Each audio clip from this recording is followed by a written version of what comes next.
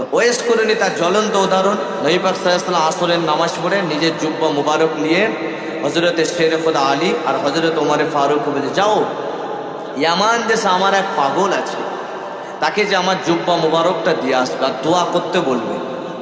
তো হযরত ওমর ফারুক আর হযরতে শেরে খুদা আলী দুজনে আছেন। ওমর ফারুক রাদিয়াল্লাহু তাআলা আনহু হুজুর বলছেন যে আমরা আপনার কাছে সারা জীবন থাকলাম, আপনি কই আমাদেরকে কিছু দিলেন না, আর যে আপনার সঙ্গে দেখা করতে পারলো না তার জন্য জুব্বা আপনি বলছে দিয়ে আসতেন, ইয়ামান দেশ যেতে হবে। নবী বলছেন এর উত্তরটা, তুমি যে প্রশ্নটা ছুড়ে দিলে উত্তরটা আমি দেবো না, আমার পাগল ওয়েস করে নিয়ে উত্তরটা দেবে, আমার যে পাগল ওয়েস করে নিয়ে উত্তরটা দেবে।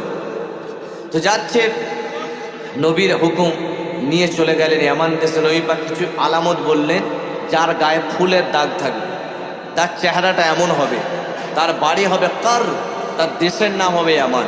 সেই জন্য বলা হয় ওয়েস পুরনি। পুরনি হচ্ছে অনেক গ্রামের নাম।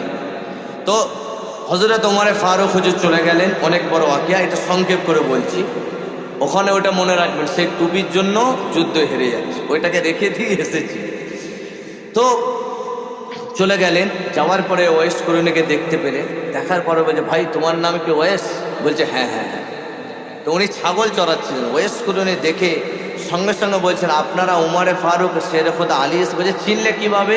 বলছে তোমাদের শরীর থেকে সাহাবাদের আমি খুশবু পাচ্ছি, নবীর কাছে যে তোমরা ছিলে, নবী পাক সাল্লাল্লাহু আলাইহি ওয়াসাল্লামের কাছে উঠা বসা করেছো, সেই ঘ্রাণটা খুশবুটা আমি পাচ্ছি। জোরে বলেন সুবহানাল্লাহ।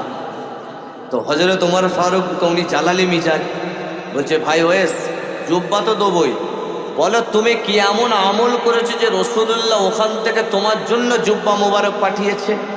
বলছে ভাই উমর, তুমি নবীর সব সুন্নত মেনেছো? বলছে হ্যাঁ সব মেনেছি। বলছে দেখো, ঠোঁটটা তুলে বলছে এই সুন্নতটা মেনেছো?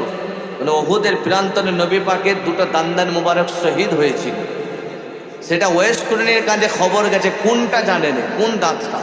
উনি নবীর ইশকে সব দাঁত ভেঙে দিয়েছে, যে নবীর দাঁতে আঘাত হয়েছে আমি দাঁতই রাখবো না।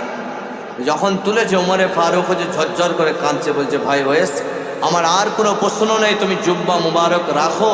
আর নবী বলেছেন উম্মাতের জন্য দোয়া করতে, তুমি দোয়া করলে আল্লাহ তোমার দোয়াটা কবুল করে নেবে। ছেড়ে বলেন।